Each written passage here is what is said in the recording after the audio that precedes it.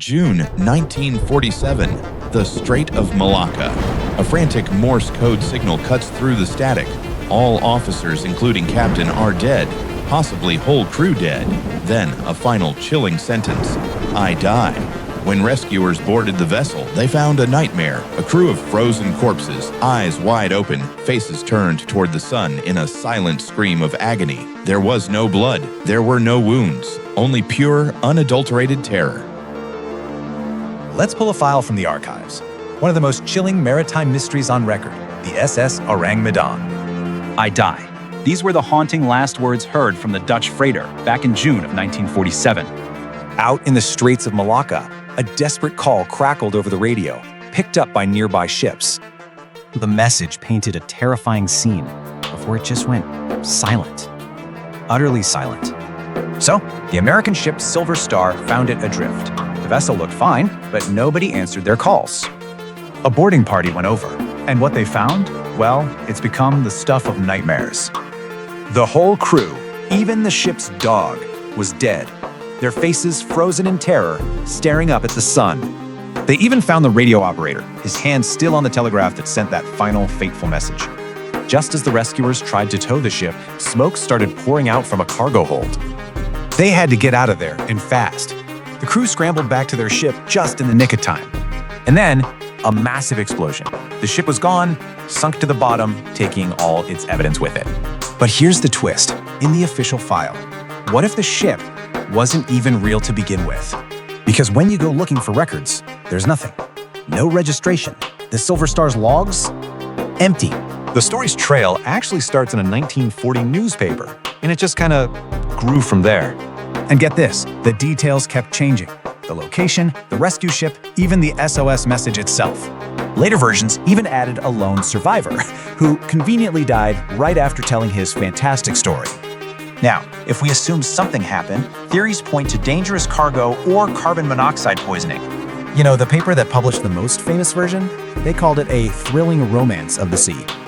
So, was it a real tragedy lost to time, or just a brilliantly told ghost story? The file remains open.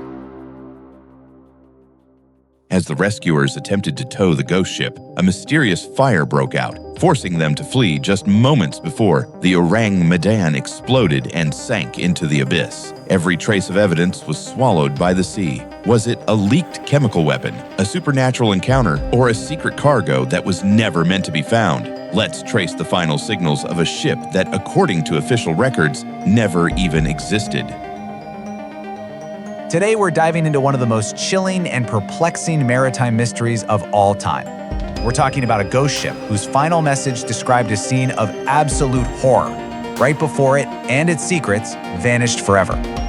All are dead, I die. Those were the last words ever heard from a ship that, on paper, never even existed. It all started with this desperate SOS call picked up by ships around 1947 in the Strait of Malacca. So what could the crew have possibly seen before their final breaths were stolen away? So, an American merchant ship, the Silver Star, heard that frantic call and steamed towards the coordinates. When they found the Ourang Medan, it was just silent, adrift, no signs of life, nothing. Just this eerie stillness on the water that must have been incredibly unnerving. A boarding party went over, and what they found was a scene from a nightmare. Every single person was dead.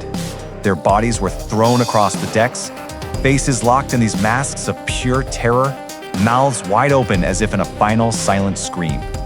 But here's the truly baffling part. There wasn't a single visible injury on any of them. Nothing.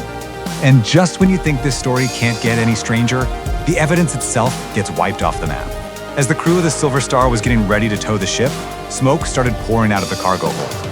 The rescue party scrambled back to their own vessel, just moments before the Ourang Medan just erupted in a massive explosion and sank, taking any chance of an investigation down with it. So that's the big question, right? This is what brings us to our first set of theories, and they all point to one thing: something deadly and unsecured hidden deep inside that ship's hold. For decades, this has been the leading idea. Investigators and theorists have long believed the answer lies with some kind of lethal substance, improperly stored, something that could kill silently and then, under just the right conditions, become incredibly volatile. Now, what's so compelling about these chemical theories is that they all offer a neat two-part explanation. First, you've got your cause of the silent deaths, asphyxiation from some kind of toxic gas. Then, you've got a completely separate trigger for the explosion. You know, a simple leak of seawater into the cargo hold could have been enough to set off a catastrophic chemical reaction. It all fits. But let's pause for a second. What if the cargo wasn't just some common industrial chemical that was badly stored? What if it was something far more sinister, something that had to be kept off the books entirely? This is where the story takes a darker turn. This theory suggests the ship was intentionally a ghost, unregistered, to avoid any paper trail. The mission? Smuggling captured nerve agents from the war. We're talking about a cargo so deadly no official vessel could ever be used. A leak would have caused instant death, just like what was found. And the ship's destruction? Well, that's a very, very convenient way to bury the evidence for good. Okay, so all of these theories are pretty compelling, right? Chemical spills, secret military operations, but they all depend on one crucial thing, the ship itself. And this is where we have to ask a much more fundamental question. Did any of this actually happen at all? Because you see, when researchers tried to actually verify this incredible story, the hard facts of the case, well, they started to dissolve into something that feels a whole lot more like a campfire story.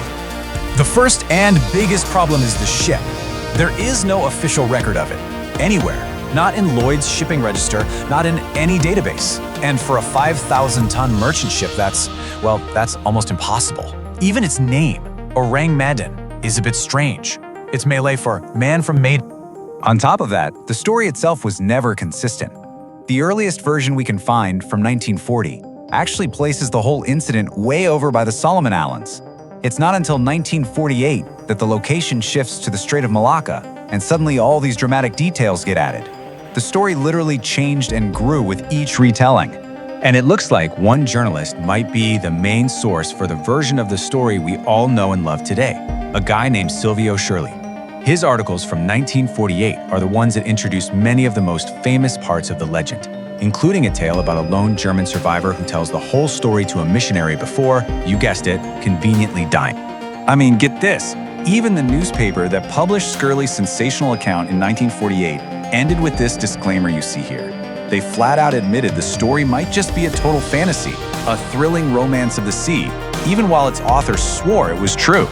So where does that leave us? Was the SS Ourang Medan a real tragedy that got embellished over time? Or is it just one of the greatest urban legends ever told? A ghost story perfectly crafted, maybe to cover up a dark military secret. Down at the bottom of the Malacca Strait, that secret, whether it's real or imagined, is still waiting. So what do you believe? Do you trust the science, or do you believe in the whispers of a ghost ship? The Ourang Medan took its secrets to the bottom of the ocean, leaving only a ghost story that refuses to die. Some traces are buried in the deep, while others vanish from the most isolated places on land. Stay tuned, because the next case takes us to a remote island where a whole community simply ceased to exist, leaving behind a village of shadows and a silence that no one can explain. This is Terminal Trace.